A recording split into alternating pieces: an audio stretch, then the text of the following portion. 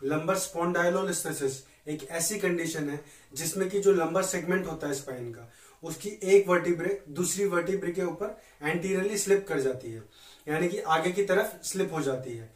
और ये condition generally L4, L5 और L5S1 जो सेगमेंट्स होते हैं उनमें ज्यादातर पाया जाता है।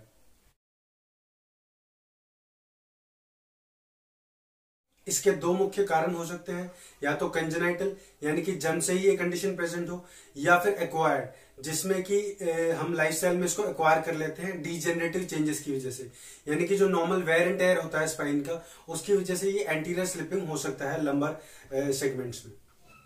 और इसकी वजह से लंबर इंस्टेबिलिटी, स्पाइनल कैनाल की नैरोइंग और PIVD जैसे सिम्टम्स प्रोड्यूस होते हैं, जिसमें कि tingling, low back pain, numbness, pins and needles, ये सब प्रेजेंट होते हैं। और कुछ केसेस में बहुत ज्यादा लंबर जो स्पाइनल मसल्स होते हैं उनका स्पैज्म, और अगर रैपिडली ये कंडीशन डेवलप हुई है किसी एक्सीडेंट की वजह से या किसी चोट की वजह से, तो फिर यूरिनरी रिटेंशन भी देखा गया है कुछ पेशेंट्स के अंदर।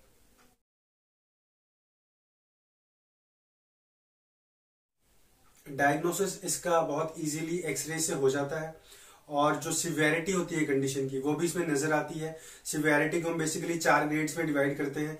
ग्रेड 1 और 2 कम सिवियर होते हैं, और ग्रेड 3 और 4 बहुत ज्यादा एंटीरियर स्लिप होता है, जिसमें कि आपको सर्जरी की रिक्वायरमेंट भी पड़ सकती है। और एक्सरे में ये भी नजर आता है कि जो लंबर लॉर्डोसिस यानी कि जो नॉर्मल कर्व है स्पाइन का, लंबर स्पाइन का, वो इंक्रीज हो जाता है।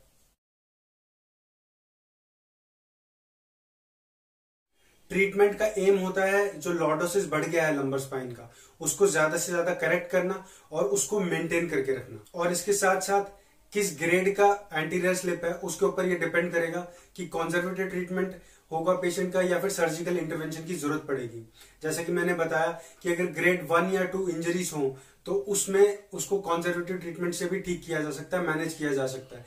लेकिन अगर ग्रेड 3 और 4 की इंजरीज है और पेशेंट के सिम्टम्स सबसाइड नहीं कर रहे हैं कंजर्वेटिव ट्रीटमेंट से, तो सर्जिकल इंटरवेंशन को एक्सप्लोर करना पड़ेगा पेशेंट को। कंजर्वेटिव ट्रीटमेंट के 4 मुख्य पॉइंट्स होते हैं, जिसमें पहला पॉइंट होता है ब्रेसिंग। एक्सटर्नली पेशेंट को ब्रेस कर दिया जाता है लंबर सेगमेंट्स को, ताकि वो जो डिस्प्लेसमेंट है और ना बढ़े, और जो अननेचुरली कर्व डेवलप कर रहा है वो भी रिड्यूस रहे और ज्यादा ना बढ़ जाए। और कई बार पेशेंट्स को ये ब्रेस काफी लंबे समय तक पहनना पड़ता है, इसलिए उनको रिलीजियसली इसको पहनना चाहिए ताकि जो इंजरी है वो और ज्यादा ना बढ़े। दूसरी चीज होती है हीट मोडालिटीज। हॉट फर्मेंटेशन से हम स्पाइनल मसल्स का रिलैक्सेशन दे सकते हैं और जो पेन है उसको रिड्यूस कर सकते हैं पेशेंट के। तीसरा पॉइंट होता है करेक्टिव पोस्चर्स, यानी कि डायनेमिक और स्टैटिक, यानी कि जब पेशेंट मोबाइल है, चल फिर रहा है, कुछ काम कर रहा है तब, और जब वो स्टैटिक है यानी कि जब वो बैठा हुआ है, लेटा हुआ है, उस टाइम पर उसको एक ऐसा पोस्चर मेंटेन करने की जरूरत है जो हल्का सा फ्लेक्स दो, आगे की तरफ झुका हुआ हो। उससे जो उसका लंबर जो कर्व डिस्टर्ब हुआ है, जो लॉर्डोसिस बढ़ गया है, उसको कम करने में मदद मिलेगी। और चौथा पॉइंट होता है करेक्टिव एक्सरसाइजेस। इसमें हम 3-4 तरह की एक्सरसाइजेस बताते हैं पेशेंट को, ताकि वो जो कर्व है वो बेटर हो सके और पेन फ्री रहे और मोबाइल भी रहे पेशेंट। इसमें सबसे पहले जो एक्सरसाइजेस होती हैं वो होती है रिलैक्सेशन एक्सरसाइजेस, ताकि स्पाइन की मसल्स को रिलैक्सेशन मिल सके, बहुत ज्यादा स्पैज्म ना रहे उनके अंदर। दूसरी जो एक्सरसाइज होती है वो मोबिलिटी एक्सरसाइजेस होती हैं, ताकि स्पाइन की जो नॉर्मल मोबिलिटी है, ना कि सिर्फ लंबर स्पाइन की बल्कि सर्वाइकल और थोरैसिक स्पाइन की, वो भी मेंटेन रहे और पेशेंट ज्यादा से ज्यादा मोबाइल रहे और पेन फ्री रहे। तीसरी और सबसे इंपॉर्टेंट जो एक्सरसाइजेस होती हैं वो होती है कोर स्टेबिलिटी और स्ट्रेंथनिंग एक्सरसाइजेस, यानी कि आपके एब्डोमिनल्स और जो लंबर स्पाइन है उसकी मसल्स को स्ट्रांग बनाने की एक्सरसाइजेस। इनिशियल स्टेजेस में हम इसको आइसोमेट्रिक से अचीव करते हैं स्ट्रेंथनिंग को, यानी कि बहुत ज्यादा मूवमेंट नहीं होता वहां पर, लेकिन उनको स्ट्रांग बनाया जाता है। जो लेंथ होती है मसल की उसको सिमिलर रखा जाता है और कॉन्ट्रैक्शंस प्रोवाइड की जाती हैं ताकि वहां पर स्ट्रेंथनिंग हो सके उन मसल्स की।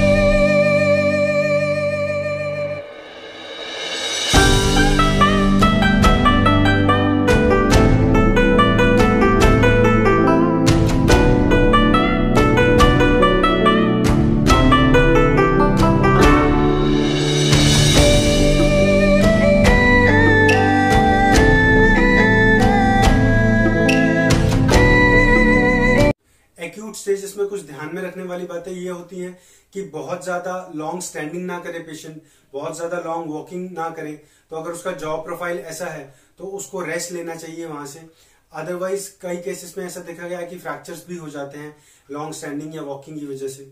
और दूसरा इंपॉर्टेंट पॉइंट है कि स्पाइनल एक्सटेंशन एक्सरसाइजेस नहीं करनी है, क्योंकि उससे भी बहुत ज्यादा डिस्कम्फर्ट पहुंचता है पेशेंट को, और जो लंबर लॉर्डोसिस अननेचुरली बढ़ गया है वो और भी ज्यादा बढ़ सकता है इन एक्सरसाइजेस से।